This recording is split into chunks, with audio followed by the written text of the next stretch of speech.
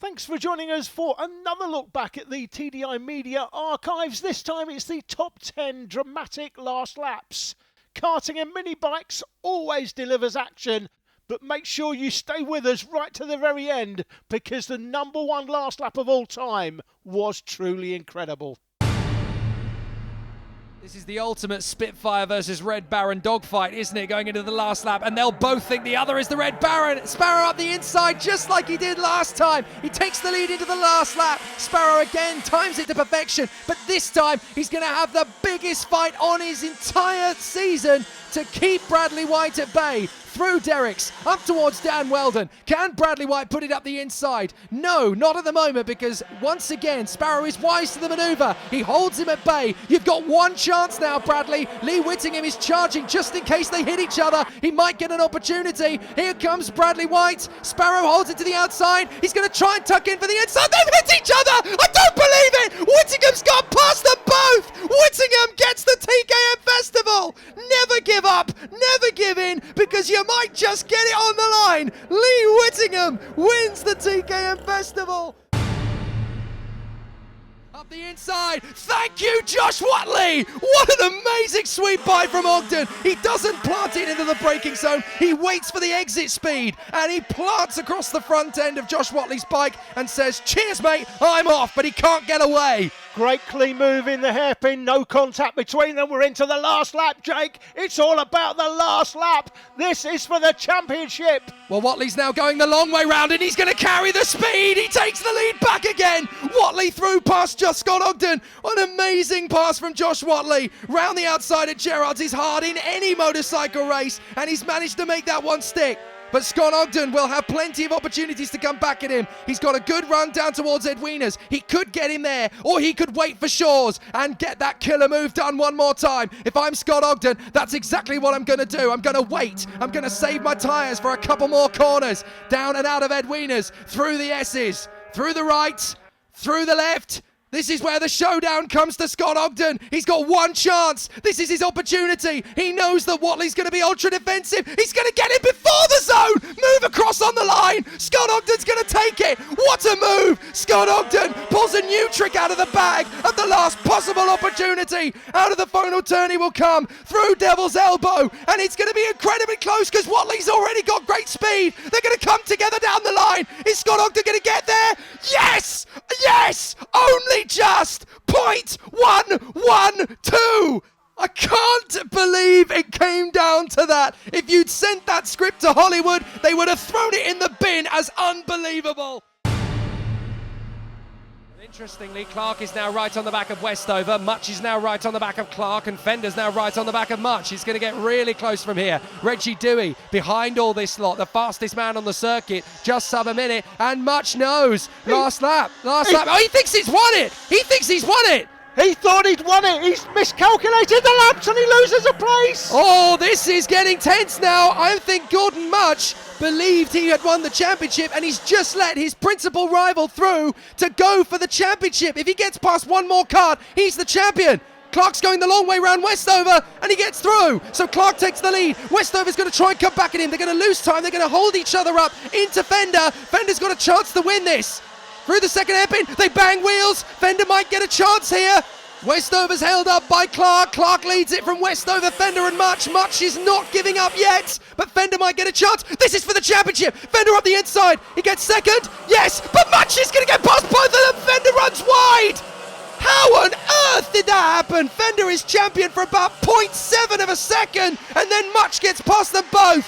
Clark is going to win the race. Much is going to win the championship. How much can happen in 60 seconds of Super 1 to decide a championship? Wilson that leads it from Robertson. You saw Robertson. Now Robertson's having a go. Here we go into the last lap. And he takes the lead down the inside. Last lap. What a move. Timing. Absolutely. It's all about timing. And Zach Robertson goes for the lead. But Wilson, well, they are teammates. But they want to make sure that they are the men on top of their form. There's been a lot of talk in Formula 1 about Hamilton and Rosberg. Oh my word, they've hit each other! Oh dear, they've ruined it! Incredible. Oh, I don't believe it! Robertson, the teammates have hit each other!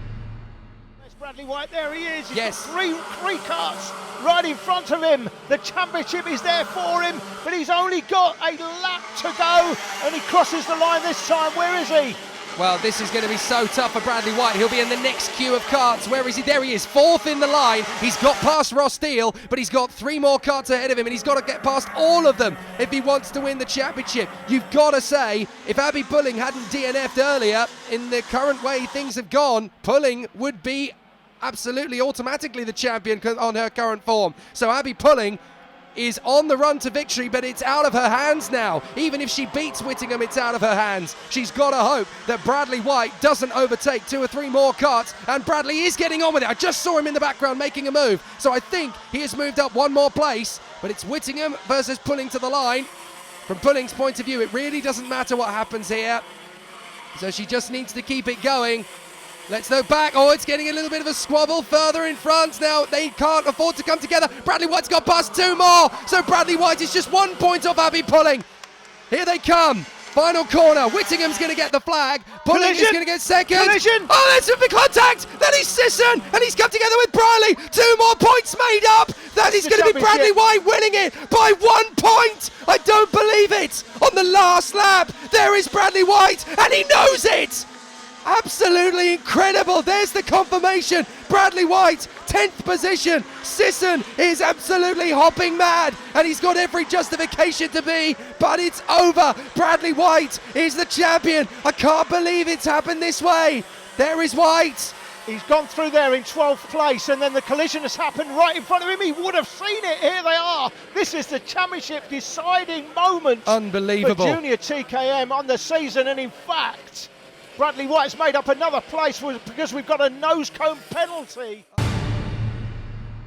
So Burns just 1 point behind, and Conor Llewellyn, as a result of Sweeney going off, Conor Llewellyn has inherited 3rd place, and Burns, as we rejoin it, is passed. James Appleton puts in the fastest lap, but Ryan Burns is passed into 5th place. So Burns on 2.48, Hughes on 2.48, they're tied.